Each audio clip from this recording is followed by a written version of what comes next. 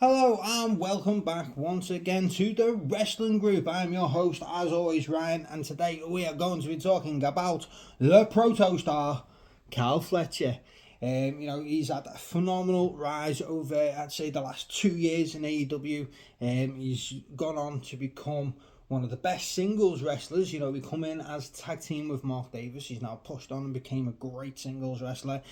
First being the Ring of Honor television champion, putting on absolute banging matches in Ring of Honor, and then obviously when he finally gets the chance to show what he can do in AEW, has phenomenal matches against Will Ospreay, which I'm sure when Will obviously comes back from injury, we'll get to see them to go at it again at some point, which I can't wait for. Them matches, especially that steel cage match. That steel cage match is one of the best matches I've seen in a long time.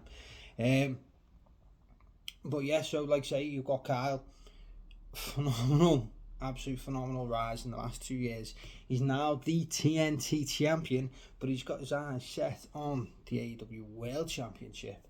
So obviously last week, Kyle takes out Kenny Omega, and of course the AEW World Heavyweight Champion in Hangman Page. And then this Saturday on Collision, Kyle called out Hangman for a shot at the AEW World Championship. Now, obviously, Kyle is already the TNT champion, so if he was to win, which I doubt at this point they're going to put it on him because Hangman's not long just won the belt, but if they were to put it on him, he'd be the first in AEW's history, obviously, to hold both the TNT and the World at the same time.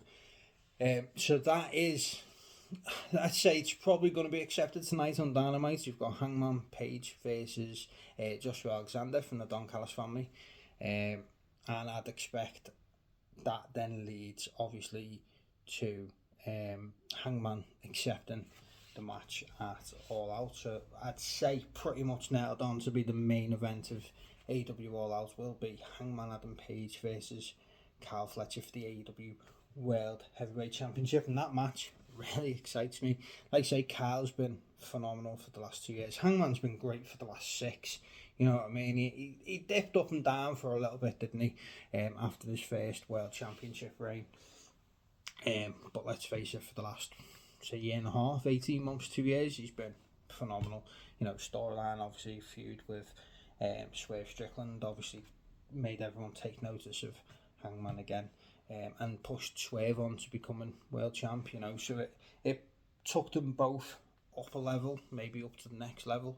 And then obviously, like I say, Kyle Fletcher, his feud and rivalry with Will Ospreay again did the same for both guys, elevated both.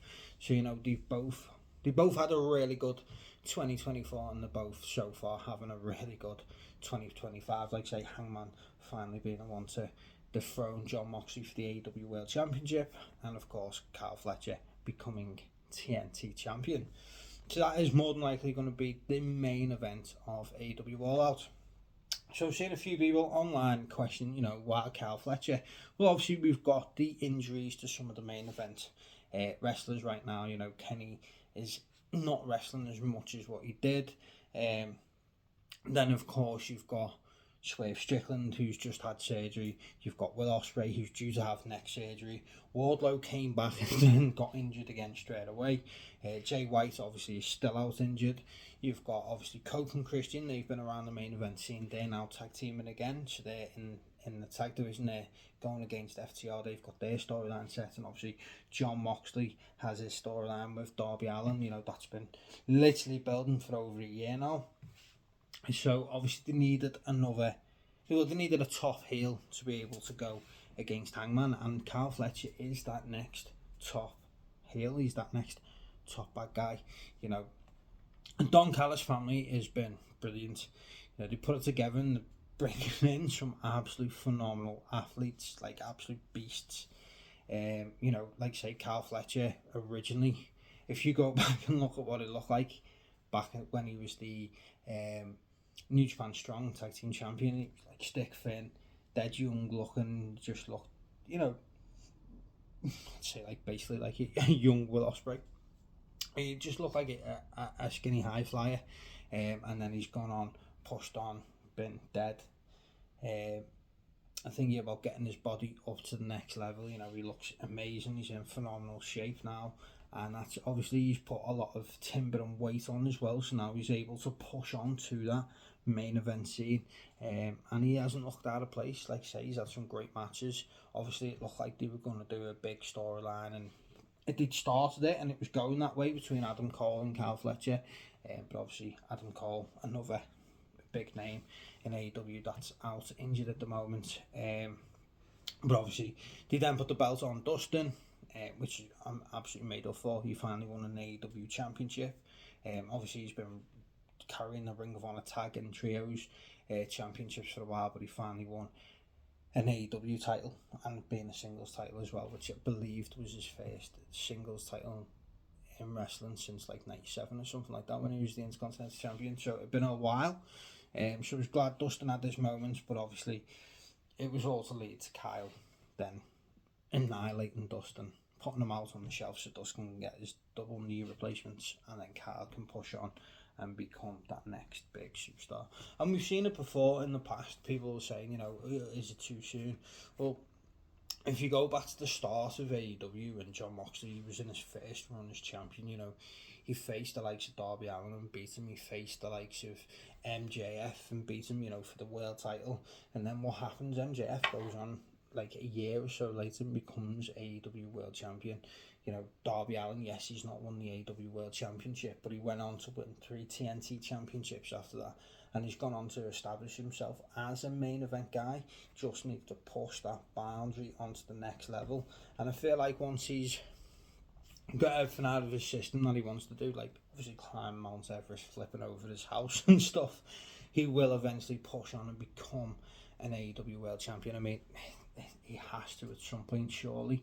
And to be honest with you, like when you look at like the next generation of stars, like a Darby Allin to be AEW world champion at some point, like you know, he's a top babyface in the company. He needs to have a top heel, and Kyle Fletcher for me can be that top heel for say like a Darby Allin, or like what we've got now with Hangman Adam Page. So it's interesting to me as well as, you know, I have seen over the past couple of days a lot of people have been posting. Now, I haven't sat and watched the full video, I will admit that. I've seen just clips of Stevie Richards. Don't know if you remember him. He used to wrestle in ECW and WWE. You know, one of them, I wouldn't even say real mid-card wrestlers, to be honest. He didn't, just sort of had one of them careers that was just sort of there. You know, they had the BWO thing in ECW, when I said GCW, which is basically the same thing, in ECW, which was just a rip-off of the NWO, which was funny for about 3 weeks. Other than that, it really never amounted to nothing, but he's decided, like a lot of the, you know, WWE legends, to go and make himself a podcast where basically they watch bits of AEW and then just slate it, you know, because why not? You know, even though all these guys that do it, the likes of Bully Ray and Stevie Richards and Eric Bischoff, likes of these guys, Disco Inferno, these have all been guys that were in other companies first. They done ECW first, they done WCW first, and then they come into WWE because it was the only option at the time. And now the big WWE marks and hate AEW just because it exists, which is ridiculous. If you remember years ago at the beginning of TNA, this all happened years ago with that as well. It's worse now than what it was for TNA, but TNA was quite bad at the beginning as well for the hate it got, just because it was an alternative wrestling. I've always been into the alternative side, you know what I mean? I've always been a WWE fan, but I've always liked the other stuff. I was WCW first before WWE. I was a Ring of Honor fan, TNA fan right at the beginning, New Japan fan, Pro Wrestling Noah, GCW, House of Glory, AEW. You know, I watched so many different companies, but I like the pro wrestling side of pro wrestling more than the entertaining side. So, but yes, so Steve Richards has obviously come out and said, you know, the best thing for Kyle Fletcher eventually would be to go to NXT, which I think, to be honest with you, is an absolute load of crap. You know, he's literally been one of the best wrestlers on television. I'm not saying just in AEW, on television for the past year. I'm not saying he's the best, but he's definitely one of the best. He's been having, like, Tell me a bad Carl Fletcher match, because he hasn't had one. Since being a singles wrestler on AEW television, Carl Fletcher has not had a bad match at all. So he is definitely one of the best that's having wrestling matches weekly. That's including WWE. That's including New Japan, Pro Wrestling Noah, GCW, TNA, NXT, all these other things. Carl Fletcher is one of the best in the world at putting on phenomenal matches. And a lot of the reason, obviously, is because they give him more time than the sports entertainment side of it. But he's having phenomenal matches. And then you say that you feel like he should go to NXT, he should go to developmental. Why? He's literally on the cusp of having a match in the main event of a pay-per-view for the World Heavyweight Championship, and you feel like he should go and wrestle in developmental because Shawn Michaels might teach him a thing or two about what selling, about storyline, character work. Doesn't need that. He's already at the top now, or pushing towards the top now. He doesn't need to learn WWE style of things. WWE style of things isn't always the right way for certain wrestlers. Certain wrestlers need WWE. Like I always said, Ethan Page would always suit WWE, and he's gone into NXT and he's had a phenomenal year in NXT. Ricky Stark's the same. Obviously, he hasn't been as successful as Ethan Page, but he's another guy that when he was on AEW TV, it didn't work for me. I said he should be in NXT. Carl Fletcher is a phenomenal wrestler. Why would you go to a company that gives you 6-minute matches with 4 commercials? And it makes no sense. Why would you try and limit someone who's that good in the ring? Like I say, he's going to go on and become a future world champion either in the next year or at least the next 2 years. I'd say he's definitely going to be a top wrestler in AEW, and again, he wouldn't have been given the chance that he's been given if he was in NXT originally. So if obviously Aussie Open had gone into NXT, he wouldn't be doing this now. How long has he been in AEW now? About 2 years. And he's gonna go in main event all out. Like there's no way about it. He's gonna Hangman's gonna accept the challenge, and then Carl Fletcher's going to go in main event, a pay-per-view for a world championship. He wouldn't be doing that in WWE. You can't tell me he'd be doing that in WWE if he went to NXT. It makes no sense for Carl Fletcher to want to leave AEW to go. And I have it on good authority, by the way. I have been sent. I'm pretty sure. I don't want to just throw out names, but I'm sure Sean Rossap is actually the one that's put it up online that Carl Fletcher has in fact signed a new multi-year contract with AEW, and he's obviously had a good pay increase. He's one of the top guys there in the company. Like there's no doubt about it. Look at the way he's presented. As the proto star, he is like Carl Fletcher is Don Callis's favourite toy, if you like. Obviously he's had Takeshita and he's now got Okada, but he always takes more to Kyle than anyone else that he has done so far. Can you imagine in a year's time Carl Fletcher is the AEW World Champion and Don Callis by his side? It's perfect. There's so many top guys that he could go against as a heel World Champion as well. In the likes of, like say, Hangman again, Darby, Sammy Guevara if they ever want to push him again. Then you got your Swerves and your Ospreys and the likes of them that when they return, they can go a couple of rounds with him. So for me, it's undoubtedly that Carl Fletcher is going to be the future of AEW, and to be honest with you, I'd probably say the future of professional wrestling itself. He's having matches that are nearly on the level of what Will Ospreay's having matches, and obviously Ospreay's having the best matches in the world of professional wrestling. No one can debate that.